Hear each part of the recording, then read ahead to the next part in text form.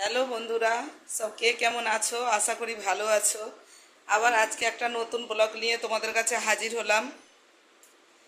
তো তার আগে আমি কিছু কথা বলতে চাই বন্ধুরা। আমার চ্যানেলটা তোমরা একটু সাপোর্ট করো। সাপোর্ট আমি তো সবাইকে করি, আমি সবার কাছে শুনি যে সাপোর্ট করো, কিন্তু আমি সাপোর্ট পাচ্ছি না। সব বন্ধুদের কাছে আমার রিকোয়েস্ট, আমাকে একটু সাপোর্ট করো। তো আজকে আবার একটা নতুন ব্লকে আমি এলাম।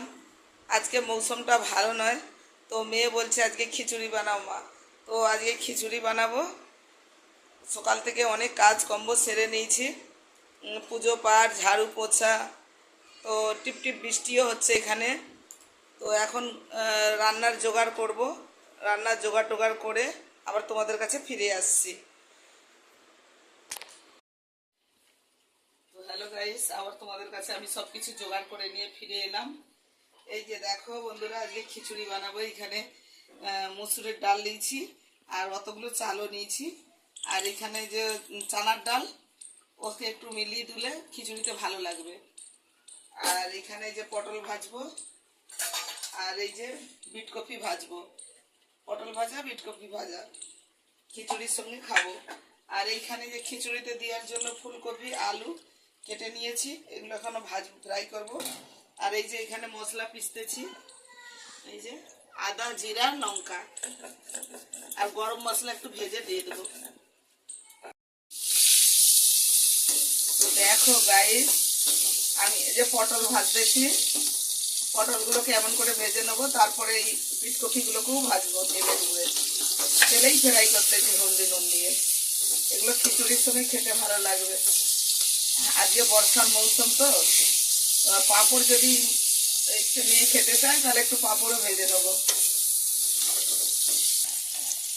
তো দেখো বন্ধুরা, আমার এই পটলগুলো ভাজা হয়ে গেছে, আমি এগুলোকে তুলে নেবো এখন। দেখো বন্ধুরা, ভাজা হয়ে গেছে লাল লাল করে। এবার আমি এইগুলোকে ভাজবো। এই যে বিটকপি, ওই তেলেতেই ভেজে নেবো।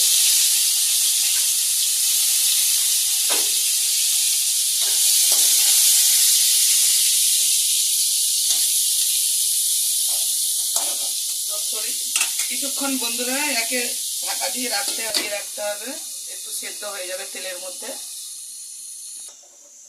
তো বন্ধুরা দেখো, বিটকপিগুলো ভাজা হয়ে গেছে, এখন এইগুলোকেও তুলে নেব।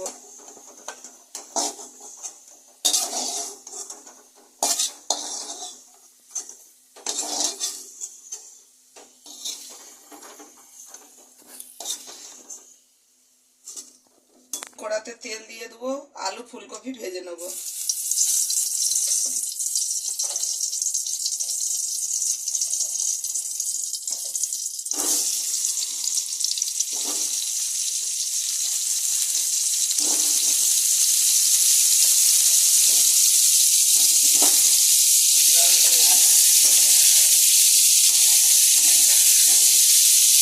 ভালো করে আলু ফুলকপিগুলো নুন হলদি দিয়ে ভেজে নামিয়ে রাখবো।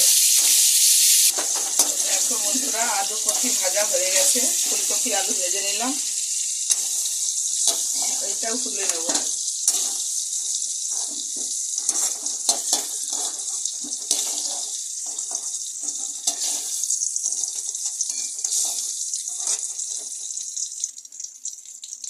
ওই একই তেলে আবার একটু তেল দিয়ে দেবো, দিয়ে এবার মশলাটা এতে কষে নেবো। এতে একটু জিরা, তেজপাতা, শুকনো লঙ্কা সব কিছু দিয়ে টমেটো মশলা সব ভেজে নেবো এতেই।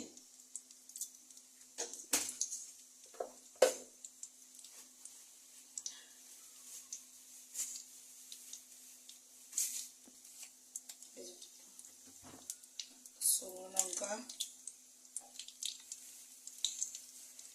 লাল করে এটা ভেজে নেবো। এটা ভালো করে লাল হয়ে গেলে তারপরে টমেটো মশলা দিয়ে ভালো করে কষিয়ে নেবো।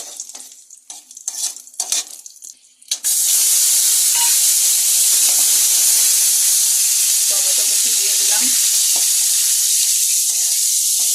একটু নমক দিয়ে দেবো তাড়াতাড়ি যাতে গলে যায়। দিয়ে দিলাম নুন, তারপরে দিয়ে দেবো মশলা, আদা জিরা লঙ্কা। আমি শুকনো লঙ্কা খাই না বন্ধুরা, আমি তো কাঁচা লঙ্কাই খাই। তো ওই জন্য কাঁচা লঙ্কায় তো কালার এত আসবে না, কিন্তু শরীরের পক্ষে কাঁচা লঙ্কাই ভালো। অ্যাড করে দেবো এতে একটু জল অ্যাড করবো যাতে মশলাটা পুড়ে না যায়।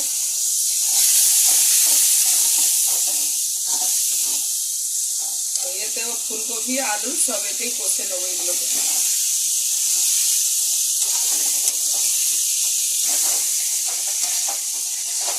তো বন্ধুরা আর একটু জল দিয়ে এটাকে ভালো করে একটু ফুটিয়ে রেখে দেবো। এটাকে কষিয়ে ভালো করে রেখে দেবো। এবার চাল টাল ধুয়ে, তারপরে ডাল চাল সব ধুয়ে কুকারে যখন দেবো তখন ওই মশলাটাও ওর সঙ্গে দিয়ে দেবো একসাথে। তো দেখো বন্ধুরা আমি চাল ডাল সব ধুয়ে নিয়েছি, এবার কুকারে আমি দিয়ে দিচ্ছি।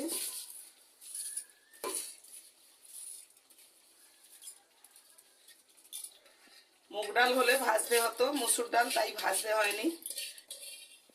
তো চাল ডাল একসঙ্গে ধুয়ে নিয়েছি, নিয়ে এবার কুকারে সব ঢেলে দেবো।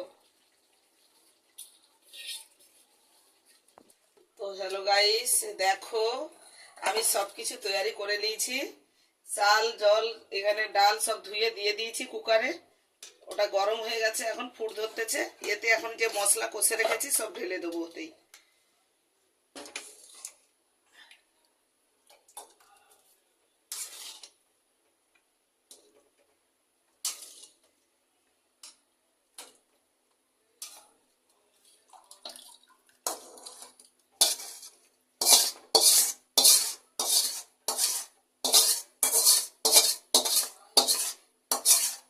দেখো বন্ধুরা সব ঢেলে দিয়েছি, এবার পরিমাণ মতো একটু নুন দিয়ে দেবো এতে। নুন তো দেওয়া আছে কিন্তু আরেকটু নুন দিয়ে দেবো, কারণ অল্পই দিয়েছিলাম নুন।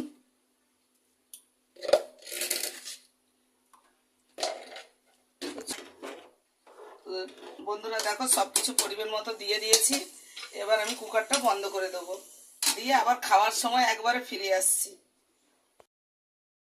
তো বন্ধুরা তোমাদের কাছে আবার চলে এলাম।